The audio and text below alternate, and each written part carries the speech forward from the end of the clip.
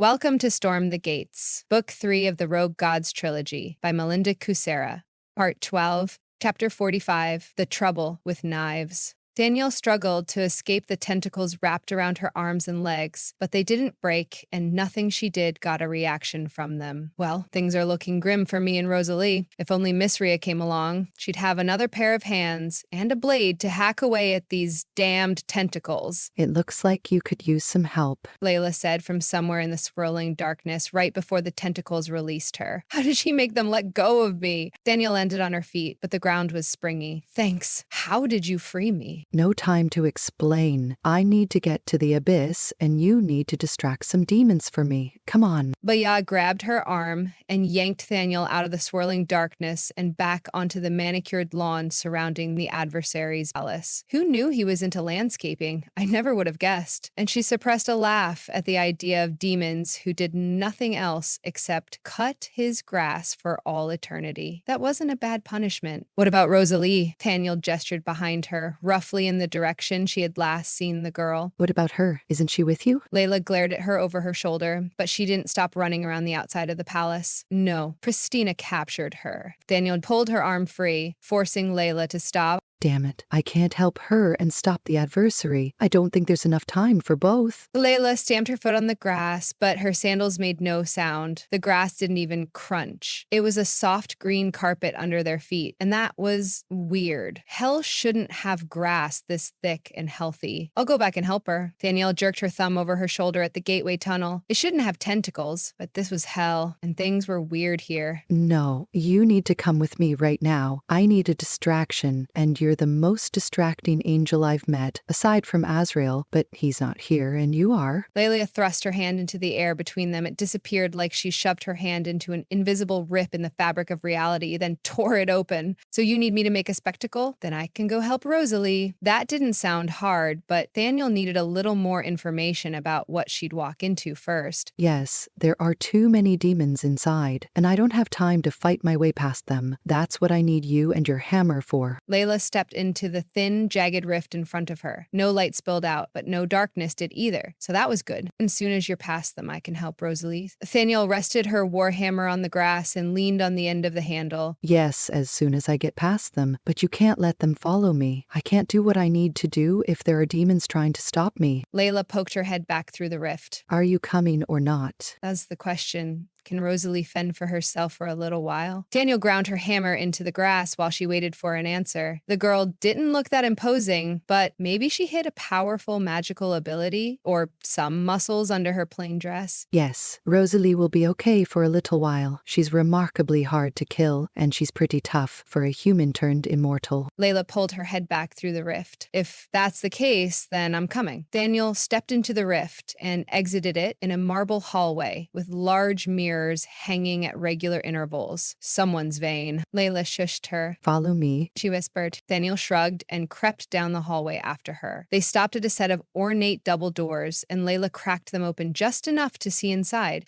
Daniel peered over her head through the gap at gray-robed people wearing the same hood and veil as Natali. In full regalia, they looked like identical copies of their friend, and that was creepy. What were Natali's people doing aside from running back and forth through the throne room? Daniel backed away in shock. Why do they all look exactly like Natali? Keep your voice down, or they'll hear you. Layla didn't turn away from the doors. The reason should be obvious, even to you. They dress like Natali because they're versatile like Natali. No, Natali isn't like them. They work for the adversary, but Natali doesn't. You take back what you said about my friend right now. Daniel gripped the handle of her warhammer. What will you do if I don't? Will you hit me with your hammer? Layla tensed like she expected Daniel to hit her, but she didn't turn around to see if that hammer sailed toward her. No, of course not. I don't hit people who don't deserve it, and she didn't want to hit anyone who might be related to Natali either. Daniel shuddered at the thought. One didn't hit one's friends or relatives. That just wasn't how friends behaved, and Natali proved they were their friend. Then you shouldn't have any issues hitting them. They deserve it. They're powering the gateway. Layla glanced at her over her shoulder, and her "you're her with us or against us attitude proved something Thaniel suspected about her. Layla was from an earlier generation of angels, possibly earlier than Azrael's class, since she couldn't handle shades of gray. But this was a nuanced situation if Thaniel ever saw one. Everyone in the throne room wore shades of gray from head to toe, advertising that fact. So they shouldn't barge in or make assumptions. You don't know them or their situation. They could be under a spell, or the adversary might control them. He can wield his voice like a weapon. That wasn't something Thaniel could do, but Arjaniel could. Unfortunately, he wasn't here right now. I wonder where he and Azariah went, although she could guess. Arjaniel probably went to his beloved library to check on it. You can sort that out later. Right now, I need to get past them. There's a door on the other side of that room, and I need to go through it. You need to keep them away from it. Got it? Layla didn't wait for confirmation. She pushed open both doors and strode inside like she owned the marble room and the ornate throne atop the dais. A woman wearing a red dress leaned over another woman lying on the dais, but her back was to them, and she blocked the other woman from view except for her brown skirt, which looked a lot like the one Rosalie wore. But it might be in fashion right now, so she might not be Rosalie, especially since Pristina carried her into the gateway. Several dozen Versati stood between them and the dais. Glowing doorways stood around the edges of the room, but they disintegrated as all the Versati turned toward them. Natalie's eyes were usually blue or pink, but never the shade of angry orange that every Versati in the room wore now. That probably meant something, but Thaniel didn't know what. I wish I was nosier and asked Natalie about their color-changing eyes. Thaniel couldn't let Layla march into that room alone. The rules of friendship forbade it, so she followed her and hoped she wouldn't do anything to hurt Natalie's good opinion of her. Some Versatis just stared at them like they were willing them to turn around and march out of the room. Meanwhile, others pulled out gray knives that had crystals on their hilts. Pain slammed into Thaniel as that damned time crystal in her chest knocked against her ribs again. Layla doubled over as if she were dealing with the same problem. How were they doing that? Thaniel grabbed Layla and dragged her out of the room. The doors slammed closed behind them, but the pain remained as the time crystal pressed against her ribs. I hate being partially corporeal because things like this can happen. How can they pull out time crystals? The adversary isn't in there. Layla stumbled to a halt and leaned against the wall with a hand pressed to her chest. Maybe their knives affect those crystals. That was just a guess, since her time crystal didn't react to Natalie at all. But Natalie didn't have one of those gray knives, so it was possible the knives caused the time crystal to try to exit her body. Thaniel dragged Layla away when the doors burst open, and the pull on her time crystal increased, spiking the pain in her chest. I need to get past them. Layla struggled, but the pain stabbing her chest weakened her enough that she couldn't break Thaniel's grip. You will, but we need to find another way past them that doesn't involve sacrificing our time crystals. We don't want the adversary to have them, remember? Thaniel didn't know where she was going, besides away from the time crystal stealing, knife-wielding Versati. So when the hall with mirrors hanging on the wall ended at a set of doors, she kicked them open and yanked Layla through them before they closed again. A giant, slowly revolving funnel cloud lay on its side just outside the doors, and its base seemed to come through the grass, like it originated under the palace. Which way do we go? Thaniel glanced at Layla when the angel stayed quiet. Didn't she know the place? We need to go back inside. Layla pried at her fingers wrapped around her arm. That's not an option right now until we figure out how to stop them from taking our time crystals. With that damned crystal, Thaniel felt like a walking target, but without it, she'd be a useless shadow of herself. So she'd best hang on to that troublesome crystal since she suspected it was an intrinsic part of her. Besides, the creator put that crystal inside her for a reason, so she'd better not lose it. If it's their knives, then just disarm them. Then they can't affect us. Layla tugged her toward the ornate doors that formed the entrance to the palace. I'm good, but I don't know if I can disarm 12 Versati before they take my crystal and incapacitate me. There might be more than the 12 Versati I saw with those blades. I didn't have time to count them all. Thaniel pulled her toward the side of the gateway, since that's where Pristina went with Rosalie. It sounds like you could use some help, Uriah said as he appeared next to their tugging match. Yes, teleport us to the abyss. We can't get near it, but we need to see what's happening down there. Layla reached for him. Since that's where I'm headed, I'll take you along. Uriah straightened his black robes. Wasn't he wearing something different when they were in the gray between? Thaniel ignored that for now. So what what if he stopped to change clothes? The ex-gods couldn't will their clothes to change as easily as Thaniel could. Since he was here, Thaniel let go of Layla and her insane plan. Then I'll just go find Rosalie and give her a hand. No, you need to come with us. Layla reached for her, but Thaniel dodged her. Unfortunately, that didn't stop Uriah from including her in his teleportation spell. The gateway tube and the palace grounds vanished in a burst of light. When the light faded, pain slammed into Thaniel, and her time crystal tried to bore through her to exit her body again. Forget nuances. I don't care if they're mind-controlled. I'll apologize to Natali later for clobbering her fellow Versailles. Thaniel swung her hammer at the nearest knife-wielding Versailles, but the pain didn't stop, and neither did her time crystal stop drilling through her chest, because the Versailles occupied the rocky island they stood on and the steep stone steps leading down to it. If they weren't holding gray knives that attracted her time crystal,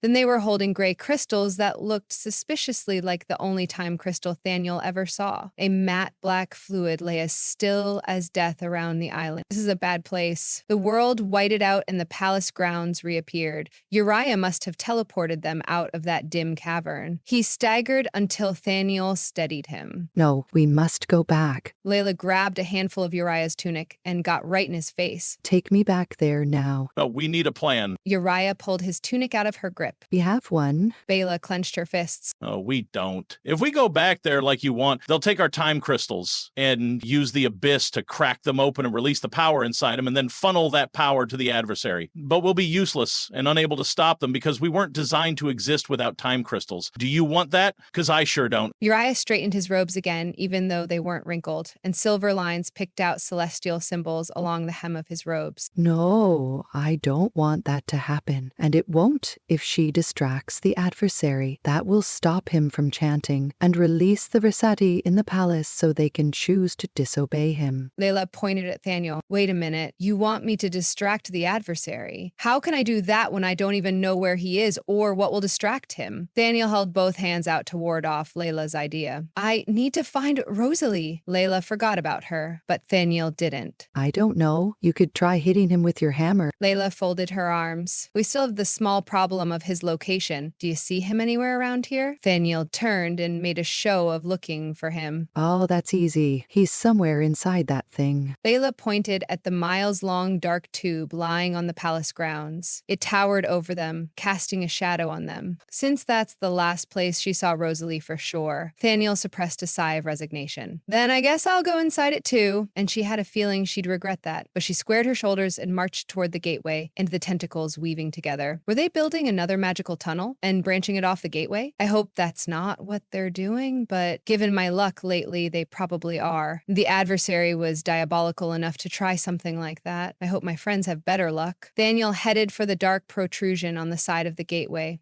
Chapter 46. Crushed but still beating. A tentacle as thick as a tree branch wrapped around his waist, and Arginil struggled to escape it or slow it down before it pulled him into the rift above the gateway that looked like a giant creature's mouth. But it couldn't be what it looked like. I lost you once. I'm not losing you again. Azariah flew in close enough to touch and tore away the tentacles, freeing him. Before the tentacles could recover and go after him again, Argentil caught Azariah by his arm and flew him out of range. But he didn't let go. He didn't know why, but he just couldn't let go. Maybe I don't want to lose him either. Thanks. Azariah didn't slide his arm out of his grip either. Thank you for freeing me. Arginil glanced away. Warmth swelled inside him. He didn't have a name for that feeling, but it felt good to feel it for someone. Now wasn't the time to talk about it. Not when there was a giant rift in the sky and a creature sticking its tentacles through it. What can we do about that thing and its tentacles?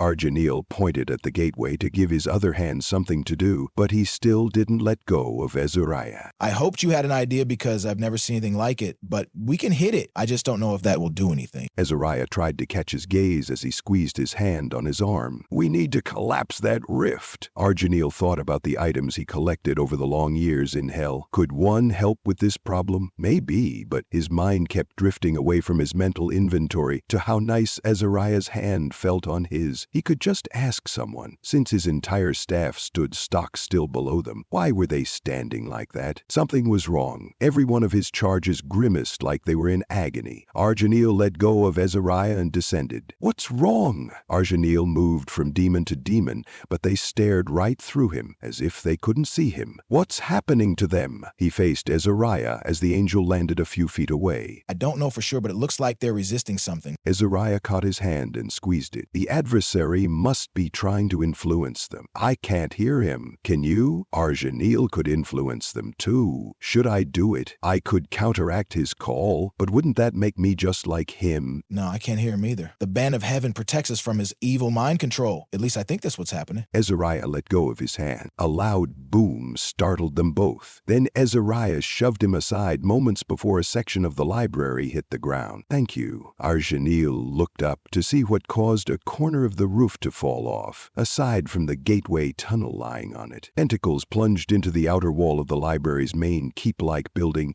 and punched holes in the masonry. More tentacles extruded from the section of the gateway laying on the library's roof, but they tangled together like they were weaving another branch of the tunnel, directed at the rift in the sky that looked disturbingly like a giant mouth with sharp teeth. I'll bet that rift is the terminus for the new branch of the gateway. What are they looking for? A magical relic. Arginil feared he knew which one. The shoe stone that showed him Azariah. I can't let the adversary get it. Arginil flapped his wings as a giant dust cloud rolled toward them. Where you going? Azariah grabbed hold of his ankle. I must stop it. I know what it wants. Arginil tried to shake his hand off. Then I'll come with you. Azariah released him. A rhythmic pounding caught his attention. What was that noise? Arginil glanced around for the source. Below, the dust cloud enveloped his people, and the pounding seemed to come from it. No, Arginil hovered over them. Shadows moved in the dust cloud. What did it hide? Arginil dived toward it to find out, but an arm snaked around his waist and yanked him upward. What are you doing? Saving you? Azariah jerked them to the side, and a tentacle flew past them, just missing them. I don't want those things to get a hold of you again. Thanks. I'd rather they didn't either. Arginil checked for more tentacles, but the one that missed shot upward until its tip reached into the rift above the library. Below, the dust cloud rolled onward, leaving the hard-baked ground behind. But his people were gone. A ragged row of running shadows appeared and disappeared inside the dust cloud as they ran alongside the gateway tunnel. They must be part of the army the dragons chased through the gray between. After all, they had to go somewhere. If the adversary was calling all the creatures of hell to him, then they would come running. Arginil wished the demons and other creatures he gave sanctuary to in the library resisted the adversary's call. Maybe your people couldn't resist them. Don't jump to conclusions until you know all the facts. Azariah squeezed his waist, then let go, because it was hard to be that close and not get their wings tangled. How did you know I was thinking about them? Arginil shoved a lock of hair out of his eyes, then gave up and stared disconsolately at the barren ground. Because I know you, and you're an excellent judge of character. You wouldn't have taken them in if they weren't good at heart. You always did like strays. Azariah captured his hand and squeezed it, and somehow that pushed away the disappointment. But it still hurt because they were his people, not the adversary's, and he wanted to fly after them and get them back. They're going to the adversary, aren't they? It was a rhetorical question because he already knew the answer, but Arginil couldn't help but ask anyway. Saying that was like admitting defeat. I could use my gift and make them follow me. But then he'd be no better than the fallen angel who deceived him and made him think he was fallen when he wasn't. Probably. You want to follow him? Azariah rubbed the pad of his thumb along his palm, and it felt nice. A loud boom startled them. Arginil glanced over his shoulder in time to see large sections of masonry flying toward them. He didn't think. He just plowed into Azariah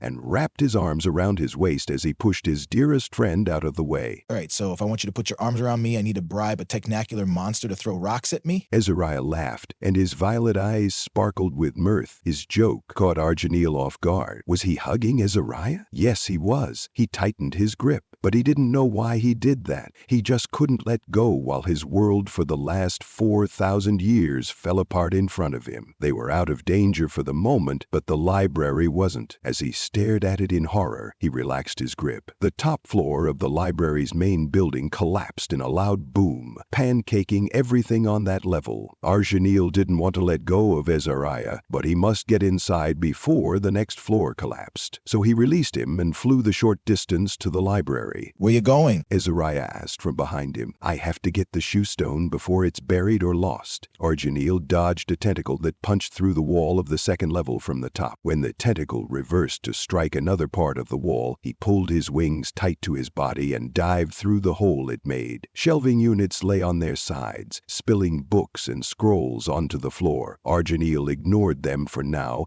as he scrambled over them to the undamaged section of this level. Another boom shook the floor, reminding him time was running out. Where's it? Azariah rested a hand against the small of his back, and that was comforting. As the library shook again, it's in a hidden chamber, but everything looked different as another shelving unit toppled from the shaking, ruining the maze he designed. Argeniel struggled to align the aisles in front of him with the lines on his mental map. I think it's that way. You built all this? Azariah asked as they hurried through aisle after aisle, winding closer to the hidden chamber. Yes, a voice told me to build a library and put all the dangerous things inside it, so that's what I did. Argeniel was glad the aisles were so narrow they had to run through them single file, because then he couldn't see Azariah's reaction to the truth he'd held close to his heart for a long time. You did a great job. This place is amazing, Azariah said, and he sounded awed. Thank you. Argeniel smiled at the compliment. This place was awesome, and the pride swelling in his chest was well deserved. What's a shoe stone? I've heard the word before, but I can't remember. Why? Azariah stayed close to him as he stopped at an intersection of several aisles. It's an old seeing stone, but this one looks only at heaven. You should take it with you when you go back to heaven. Argeniel studied the aisles to avoid looking at Azariah and seeing his reaction to that statement. I'll go back there when you come with me. I meant it when I said I go where you do. Azariah rested a hand on his shoulder and squeezed it. I don't belong there. Argeniel stared at the 3 aisles in front of him. I think it's to the right. He turned right and hoped that was the right way to go. Then I don't either because I want to be with you, Azariah said, but he couldn't mean that. I won't let him give up heaven. It's his home. It was Argeniel's too once upon a time. He didn't know where he belonged now with his library under siege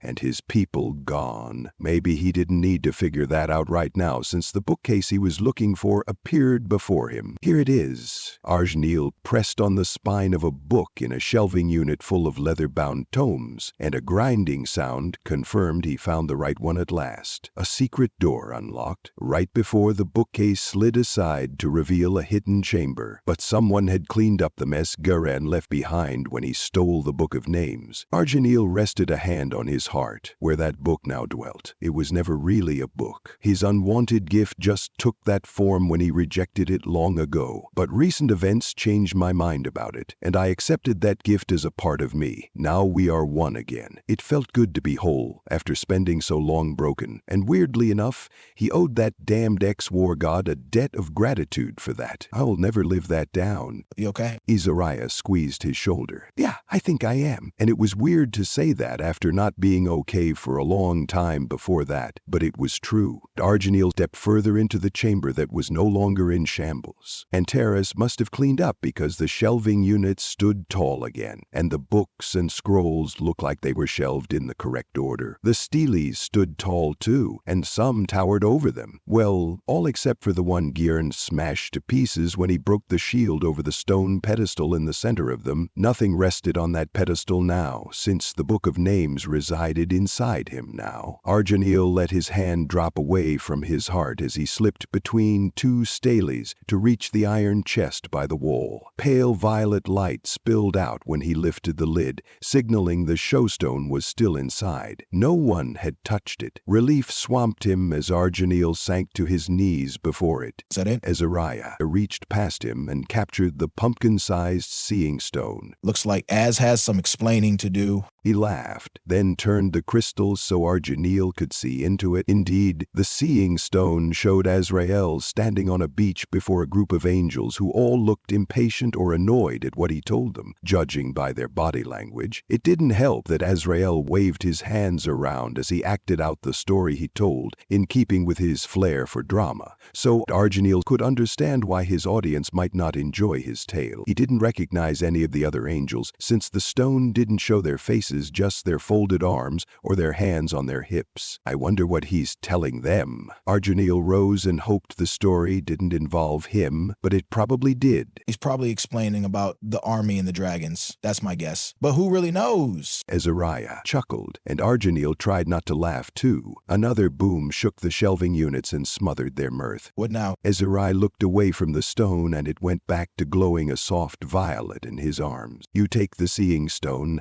and I'll distract the creature. Argeniel glanced around for anything else he should take, but none of the other powerful artifacts were portable. You take it and I'll distract him. There's less chance of losing you that way, and you make a beautiful target. Azariah handed him the shoe stone. Argeniel wrapped both arms around it so he wouldn't drop it. I don't like that plan. Now you know how I feel. Azariah wrapped an arm around his shoulders and pulled him toward the open door as the walls shivered. Hurry, we have to get out of here before the ceiling collapses. Argeniel darted out of the secret chamber and didn't pause to shut it, because it no longer mattered if someone got inside it. His most precious possession was in his arms. This way, Argeniel headed away from the secret chamber in the opposite direction from earlier. Didn't we enter from the other side? Azariah asked from behind him. Yes, but we can't go that way. Argeniel led them through the winding aisles. They were arranged in a spiral around a grand staircase in the center of the floor, but the levels below all ringed a spacious atrium, perfect for flying, even with their wide wingspans. Where are we going now? Azariah followed close behind, almost touching him in his haste to get the hell out of there. Dust rained down on them as the ceiling shook and the walls groaned, but Argeniel wound around the aisles until they stopped at a staircase. They double-timed it down the steps. Now we fly. Argeniel jumped off the last step and ran for the edge of the circular level. No railing stood between him and a long fall, and that was how he liked it. His staff had more than once complained about the lack of railings,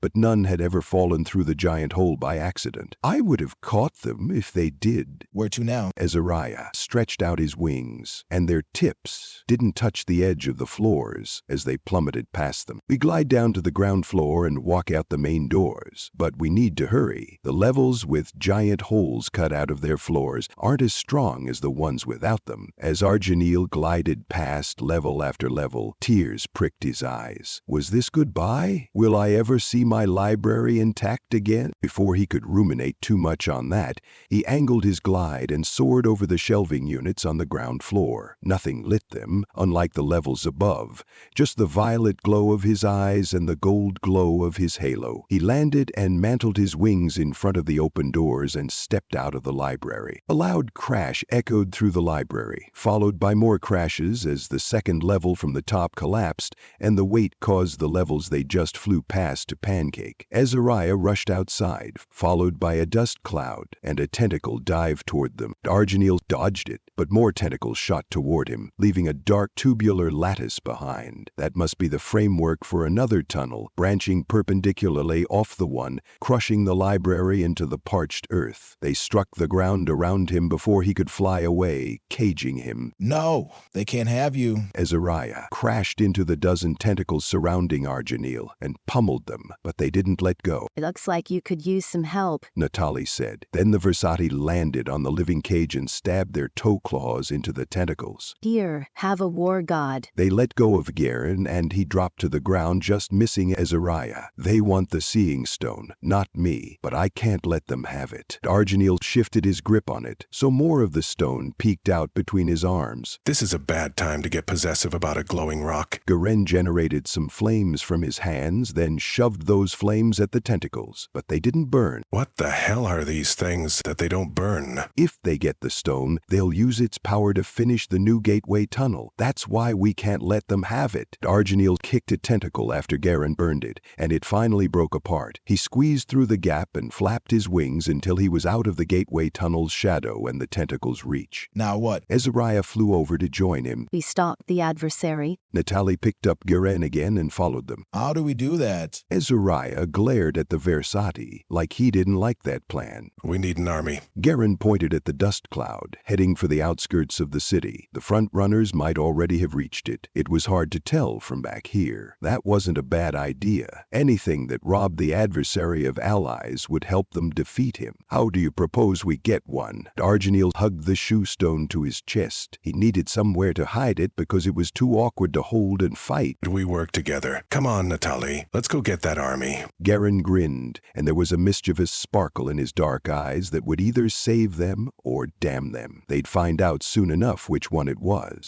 Chapter 47. Why Can't You Stay Dead? Rosalie groaned as consciousness hit her in the back of the head, making her wince in pain. Everything blurred because someone knocked her out, and she cursed when she remembered who did it. That bitch Pristina. Why can't she stay dead? Darkness billowed like it was made of black veils, but that was impossible, so the throbbing pain in the back of her head must be making her hallucinate that. Why can't Pristina just leave me alone? Didn't she screw up my life enough? Apparently not, because Rosalie hung like a giant sack of potatoes over that dead woman's shoulder, and Pristina was still dressed in that ridiculous red robe, even though she wasn't impersonating a summoner anymore. Who was humming? Her head throbbed in time with it because she wasn't miserable enough right now. As Rosalie listened to the low hum, it differentiated into a chant. Who was asking ex-gods to follow him? His offer sounded really sketchy, so Rosalie ignored it as the veils of darkness parted. Pristina strode across a marble floor, and the heels of her shoes clicked on it as she passed a large chair on a raised dais. Where the hell are we? Rosalie glanced around since no one noticed her return to consciousness. Although Pristina couldn't see her face, just her backside, since it was eye level, the deceased ex-goddess held her in place with one arm wrapped around her thighs. One good kick should free me, but then I'd fall and land on my hurting head, so maybe I should wait a bit and see what she does. Rosalie tried not to tense up, since that would give her away. People wearing floor-length gray robes rushed about, holding gray crystals. Were those sparkly rocks time crystals? Bright lights made her squint. In between gray-clad people, she glimpsed narrow, glowing doorways that slowly dissolved into piles of sparkling shards. What are those things? They were probably bad. Glowing doorways were never good things, unless the doorway glowed because Rand's father was inside. But she doubted that was why those doorways glowed. What is Pristina involved in now? And how did she get involved in anything since she died? Flashes of her death assaulted Rosalie, and she felt the ex-goddess's blood warm her hands as she tried to hold that bitch's time crystal inside her. How can she be here? Where did dead ex-goddesses go? Not to heaven, obviously. But why didn't she go to the gray between? What if she was there? Rosalie flashed back to the loud growls of the dragons stomping through that gray place. What if Pristina got caught up in that? I didn't, because I met Uriah and he led me to his friends and they were behind the dragons. She flashed back to her meeting with Argenial, Layla, and Natalie. Natalie wore gray robes, just like the people who kept passing her. Was Natalie part of this? I can't worry about that now. I lost sight of them when Layla landed outside the palace. Oh no, are we in the throne room? Rosalie hoped not, but given the little she'd seen of Pristina, they probably were. That ex-goddess had delusions of grandeur, and there was nothing grander right now than that throne. Pristina climbed the steps of the dais, like she meant to survey her kingdom. When she reached the top, she tossed Rosalie onto the marble dais. Oof. Rosalie landed on her side, and her hip throbbed along with her head. Why, aren't you dead? Who said I'm not? Pristina leaned over her and grinned like her helplessness gave her some kind of sick thrill. Then she pulled the two halves of her bodice apart to show off the bloody hole in her chest made by the time crystal exploding out of her. Rosalie glanced away from that gory sight. So, dead ex-goddesses go to hell? She hoped not, since according to Faye, she took Pristina's place. I never want to go to hell ever again, so this had better not be where we end up when we die, or I'll march to heaven and protest. Pristina threw her head back and laughed for a long moment as more gray-robed people who were hooded and veiled just like Natalie rushed through the throne room carrying more gray crystals. Where were they getting so many, and where were they going with them? No, everything that dies ends up in the grey between. That's the rule. Pristina seized her chin and tilted her head back. Doors slammed open, then shut, but Rosalie couldn't see if anyone entered. The time crystal in her chest jerked, then stilled as someone raised a gray dagger in her peripheral vision. The doors were at the other end of the chamber, and Pristina blocked all sight of them. "So you decided to go to hell?" Rosalie asked when she recovered from the sudden movement of that crystal inside her. Pristina was crazy. Apparently death didn't fix that. That was the plan all along. When I arrived there, I just headed for the portal to hell, and here I am. Soon, I'll be the queen of everything. Pristina turned her head this way and that as she studied her features. Such a pity there's no hint of your father in your face. She let go. "Why did you target me?" Rosalie demanded, but deep down she already knew. She just needed Pristina to confirm it. Pristina laughed again, and her laughter echoed through the throne room. Oh, my dear Rosalie, it's all because of your mother. My mother? What does she have to do with this? Rosalie suppressed a wince as she rolled onto her backside so she could sit up and have a proper conversation before Pristina went any further off the deep end. Her head and her hip still throbbed, but at least the pain in her hip was fading. Unfortunately, her headache wasn't going anywhere anytime soon. That would reduce her efficacy, but she couldn't let a headache get in her way. She has everything to do with this. Your father was one of my descendants. When your mother disappeared into the enchanted forest, pregnant with his child, I needed to make her pay. Pristina slammed her fist into her palm. Rosalie shoved down the shock at hearing she was related to Pristina, but she couldn't help wondering if that was why she could accept her ancestress' time crystal and survive the experience. My mom left because my father was abusive. She left to protect me. Mom was a fierce warrior, but she feared what your precious descendant would do to an infant that angered him. Rosalie pointed an accusatory finger at her. Pristina clenched her fists like she wanted to punch her. You lie. No, I don't. Rosalie pushed herself to her feet. She wobbled a bit, but she stayed vertical by widening her stance. And you know what else? You're just like your abusive descendant. You're taking your anger out on me, but I'm the innocent victim in all this. I wasn't even born when my mom left my dad. Rosalie fought the triumphant smile trying to slide over her face. Choke on that, bitch. The question lingered in the air, and none of the gray-robed people crossing back and forth through the throne room broke the silence. A glow emanated from the ones heading for the darkest corner of the chamber. What were they doing? Rosalie waited while Pristina vibrated with anger. Why did you pick on me? There was the obvious answer. Because Robin of Larkspur was too tough to take on directly, but Rosalie wasn't sure that was the reason. If Mom doesn't want to be found, then you can't find her. Thankfully, Mom never hid from me. Because I can sense you. I can't sense your mother, because she's not related to me, but you are. Pristina shook out her fists. Perhaps the reminder that they were related to some degree forced her to calm down. I hope we're very distantly related and several times removed. Rosalie didn't want to ask about that, though, in case she was Pristina's great-granddaughter or something worse. I just don't think I can take that right now. Slow clapping filled the silence. Rosalie turned and caught her breath at the sight of him. Oh my god, he was that chiseled kind of handsome, like Arjanil and Azariah without an ounce of fat on him, but this fine man was roguish instead of brooding. He wore a crown with red gems that were probably Lumiere crystals, since they glowed. He wore a body-hugging black silk tunic that draped perfectly over his muscled chest, and his black trousers were so tight they looked painted on. His tunic might be painted on too, since his nipples showed. Black wings trailed behind him, and their tips dripped a matte black fluid, and his eyes glowed violet like the angels she met in the gray between. Was he an angel? Who was this man? Why did he wear a thick gold band around his neck? The chant she heard earlier wrapped around her, driving her to her knees. Come, ex-gods, to your dark father fly. Embrace your dark side. At my side, your time is nigh. Whispered someone with a velvety voice that sent shivers up her spine. Are you ready for the next stage of our plan? Asked the most beautiful man she'd ever seen, but he wasn't talking to her. Pristina strode toward him with a smile on her face. Yes, it is. I believe the gateway is ready. Where's your army? It's coming. It'll be here soon. Who's this? He looked at Rosalie with those glowing eyes, and her breath caught again. She's one of my descendants. I'm bringing her along to witness our rise. Pristina grabbed her arm and yanked Rosalie to her feet. Rosalie knew she should struggle, but any thought of resistance ran out of her head, and she followed Pristina like the meek girl she'd never been. Why am I acting like this? None of her muscles obeyed her commands. She could just follow Pristina like a pet. When they reached him, he tilted her chin up to meet his beautiful eyes. What's your name, girl? Don't say it, Rosalie shouted at herself, but she only had command of her mind right now, so her stupid mouth opened and betrayed her. My name's Rosalie. Who are you? He smiled at the question. I've worn many names over the long years of my existence. Do you want to know the one I like best? Rosalie Rosalie nodded when the word yes got caught in her throat. He leaned forward and whispered in her ear. They call me the Adversary, and I think that's fitting, don't you? Rosalie was glad she couldn't control her body because her knees would have knocked together in fear or buckled and dropped her on her butt in front of him in an undignified heap. But none of those things happened since she had no control over her limbs. You were right, Ivarian. I never should have gone back in time. If she hadn't, then she wouldn't be here. But I met real angels, and the thought of them gave her hope. Maybe they'll rescue me. It could happen since they were still out there and they were free. Come, Rosalie, we have business to attend to. The Adversary extended his arm to her, and goddamn her traitorous hand for reaching for him. Her dagger shifted in its sheath, strapped to her forearm under her plain homespun sleeve, so at least she wasn't unarmed. Why do I always bring a dagger to a god fight? Christina glared at her as she took his other arm. Together, they strode past the gray-robed people who looked too much like Natalie for comfort toward a dark corner of the throne room. The darkness swirled and spun as they approached it like spectral hands stirred it into a vertical maelstrom. The Adversary strode toward it like its appearance didn't concern him at all. Rosalie steeled herself, since that next step would take them into the gateway, and that was one place she never wanted to go. But the Adversary didn't give her a choice. They stepped over the threshold and into the darkness. The ground dropped out from under Rosalie, but she didn't fall far before her feet landed on a flexible surface that slanted at a sharp angle. Glowing clouds of pure magic flew past. Where were they going? If she could just get control of her hands back for a moment, she could catch one. Come, it's this way. The Adversary tugged her up the incline as dark clouds revolved around the black platform under their feet, and she couldn't turn or run away or even argue. She could just march alongside him like a good girl while she seethed.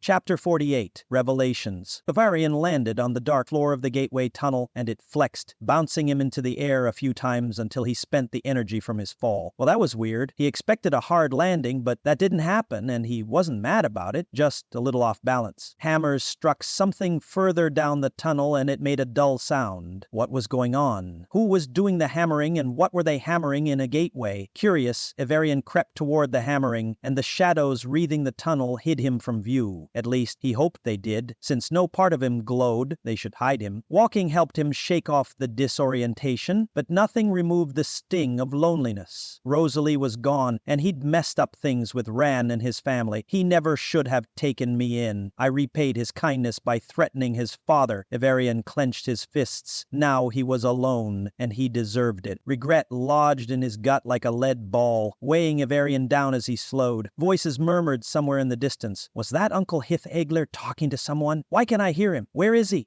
What is he doing now? Was he still trying to bring back his glory days? Ivarian pressed on, determined to find out, and his unease only grew with every step. I can't believe I forgot about my uncle's part in all this. I should have gone after him instead of Sarn. Something was wrong. Ivarian didn't know much about gateways, but he didn't think hammers were involved in their construction, just loads of magic and skill. Ahead, a glow beckoned him onward. Where there was light, there was usually magic. Shadows shifted, blocking some of the light as he neared. The shadows resolved into a half-dozen gray-robed people with matching hoods covering their heads and veils covering the lower half of their faces. Were they part of a religious order? Their eyes glowed orange as they hammered on the wall of the gateway. Were they trying to break through it? Why do that? What was outside the gateway? In between hammer strikes, Uncle Hith-Egler's voice came through the wall. What was out there? Ivarian backed away until he struck the opposite wall, but that wasn't far enough. He needed time to figure out what was happening, because something was very wrong here. Movement in the shadows beyond the hammering people signaled someone coming this way. Don't see me. Ivarian willed the newcomer to look away from him as he flattened himself against the wall opposite the gray-garbed people. He was far enough away that he could still see them, but hopefully they'd miss him in the shadows on this side of the tunnel. It was wide enough for two carts to pass side by side here, so if they just glanced out of the corner of their eyes, they shouldn't see him if he didn't move. At least that was his hope. More people garbed identically in gray carried buckets of viscous darkness toward their brethren, and their eyes glowed orange too. The others stopped hammering so their friends could pour a black substance through the holes they had made. Glowing clouds of energy sailed toward them. Then, out of those holes, what are they doing? There was only one way to find out, and he didn't like it because it had a high likelihood of getting him killed. But I have nothing to live for. I'll fade away and cease to exist anyway soon, so why not go out in a blaze of glory? Ivarian didn't check check to see how much of him faded as he crept through the tunnel. He didn't want to know how little time he had left. Instead, he steeled himself and walked over. His time magic was useless within the gateway tunnel, but he could generate ice crystals. Since his faded hand was stuck to an ice crystal from the arrow of time, he used his magic to reshape that ice ball until it held an edge. Now he could stab people with it if necessary. It was better than no weapon, but it wouldn't be much use against metal weapons. I don't think that matters, since I came here to die and save Ran and his family, and the future too. But it would be saved for someone else, since he was fated to fade away and disappear, except he didn't see any bits flying off him. But he didn't want to see that anyway. No one should see themselves dissolve into nothing. Desperation clawed at him as he padded across the tunnel. All the mistakes that had led to this moment faded from his awareness because they were done, and there was no changing them. Maybe he could still make a difference, but first he needed answers. So he held his left hand behind him to hide the dagger he fashioned out of ice. Evarian tapped the shoulder of the last gray-garbed person in the group. "Excuse me, I was just passing through. Are you repairing the gateway?" That sounded like a reasonable question. Maybe he'd get an answer. "Who do you serve?" asked the veiled person in gray as they turned and unsheathed a gray blade. Pain slammed into Evarian as he stumbled backward. Something inside him felt like it was trying to bore its way through his muscles and skin, to exit his body. What could possibly be in there? How could a knife draw it out? Evarian clutched his chest as a fireball sailed past his shoulder. Help had arrived. "I'm not alone," and that was a relief. "Leave my nephew alone," Aunt Faye shouted. Her fireball struck the knife, and the person in gray dropped it. Evarian sagged in relief when the pain ceased. Aunt Faye rushed past him and kicked the knife away from the gray-robed people, but none of the others unsheathed any other gray knives or turned from their work. The others kept slathering the holes in the tunnel wall with that black stuff. "What are they doing?" Mom asked, but she was transparent and hard to see in the semi-darkness. "I don't know, Aunt Faye. Do you know?" Evarian hoped she did. "No, and I don't really care either. Do you know what time it is?" The Aunt Faye swelled up and fire encased her. The ring of flames expanded, and Evarian backed away from the heat more than the flames, but the fire kept growing until it filled the entire width of the tunnel. What was she doing? The gray-robed people hammered harder on the wall, ignoring the fire. Maybe they were fireproof? When the ring of fire faded, a red dragon crouched where his aunt was moments before. "It's time to destroy the gateway," the dragon said in a growly version of Aunt Faye's voice as she uncurled from her crouch and dug her claws into the roof of the tunnel. Unfortunately, she didn't burst through the ceiling. It shook a bit, but that might be because of the furious hammering. Since that didn't do the job, she shoved the gray people away from the hole they were widening, and they slid down the incline, despite their efforts to slow their slide. An icy wind swept into the tunnel through the hole in the wall, and Evarian shivered. "What is outside there?" Aunt Faye shoved a giant red swirling eye at the hole and peered out for a moment before pulling her head away from it and rubbing her eyes like they pained her. "Damn, limitations. I think that's the arrow of time out there. Can someone who isn't barred from going to the past check that for me?" "I can do that," Mom said, but Evarian couldn't see her in the semi-darkness. "It's the arrow of time. Do you want me to call for our brothers?" "Will they be at all useful in this situation?" "I don't know, but it can't hurt to ask for their help." Footsteps echoed as people approached. Were the gray people returning? Shadows cloaked two of the people coming up the incline toward them, but not the man with glowing violet eyes, wearing a gold collar around his neck and a crown. He peered into Evarian's soul. "Evarian," Rosalie shouted, but how could he hear her? She was dead. Rosalie? Evarian couldn't believe he heard her voice. Where was she? Was she a transparent shade like his mother, lost forever to him? The man with glowing eyes glanced down, and the light of his eyes illuminated Rosalie. He gripped her arm, and a woman stood on her other side, also holding onto her arm. The woman looked like Aunt Faye and his mother, because she was Pristina, the ex-goddess of the past who caused all the trouble in his life.